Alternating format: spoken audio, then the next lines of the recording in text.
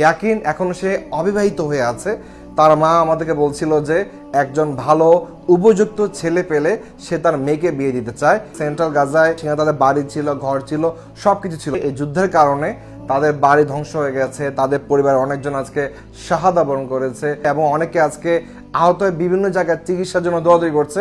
আপনারা যারা চান এই ইয়াকিনের পাশে এসে দাঁড়াতে, আপনারা প্লিজ মেহরবানি করে এগিয়ে আসেন। আসসালামু আলাইকুম, আশা করি সবাই ভালো আছেন। তবে ভালো নেই আমাদের ফিলিস্তিনি মা ও বোনেরা। আমরা এক বোনের পাশে আছি, বোনের নাম হচ্ছে ইয়াকিন এবং তার সাথে তার উম্মি আছে, মানে তার মা আছে। আসলে আমরা এসেছি তাদেরকে সাপোর্ট পৌঁছে দিতে। আলহামদুলিল্লাহ ইতিমধ্যে আমরা তাদের পাশে এসে দাঁড়িয়েছি। তবে আপনাদের সাথে আমি তাদের কষ্টগুলো শেয়ার করতে চাই। তারা বর্তমানে যে অবস্থায় দিন যাপন করছে, এখানে তাদের খাদ্য কষ্ট আছে, বাসস্থানের কষ্ট আছে, চিকিৎসার কষ্ট আছে এবং তাদের যে বেসিক যে চাহিদাগুলো আছে, এই চাহিদা সবচেয়ে বেশি কষ্ট রয়েছে। এখন এই কষ্টগুলো কিন্তু তারা অনেক দিন ধরে সাফার করছে। বিশেষ করে তাদের বাড়ি ছিল হচ্ছে সেন্ট্রাল গাজায়, মাগাজিতে, সেখানে তাদের বাড়ি ছিল, ঘর ছিল, সব কিছু ছিল। তাদের লাইফস্টাইল আপনারা জানেন অন্যান্য সকল আরবদের থেকে একটা উন্নত। তারা বলছিল, মা বলছিল যে তাদের এই যুদ্ধে, এই হারবে, এই যুদ্ধের কারণে তাদের বাড়ি ধ্বংস হয়ে গেছে, তাদের পরিবারের অনেকজন আজকে শাহাদা বরণ করেছে, তাদের পরিবার অনেক আজকে আহত হয়ে বেডে কাতরাচ্ছে এবং অনেকে আজকে আহত হয়ে বিভিন্ন জায়গায় চিকিৎসার জন্য দৌড়াদৌড়ি করছে।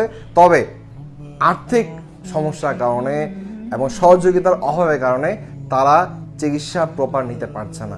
আমার পাশে যে বোনটি আছে ইয়াকিন, তার বয়স মাত্র 20 বছর।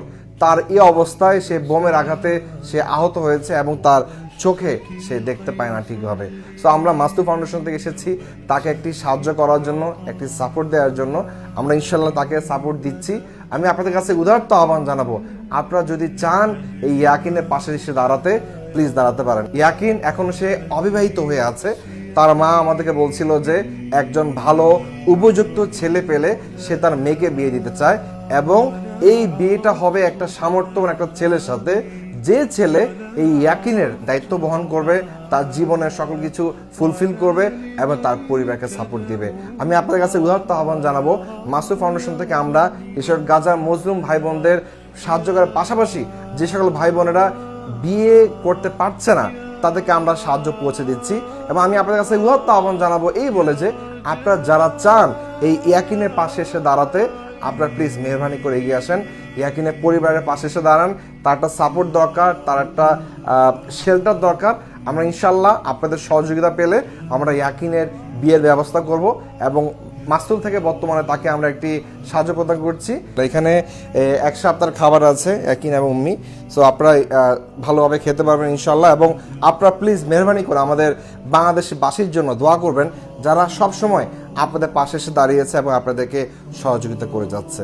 আপনারা আসুন আমরা যাকাত সাদাকা দিয়ে এগিয়ে আসি, এই মজলুম ভাই বোনদের পাশে দাঁড়াই। আমাদের সকল কাজ একমাত্র মহান সৃষ্টিকর্তা আল্লাহ রাব্বুল আলামিনের জন্য।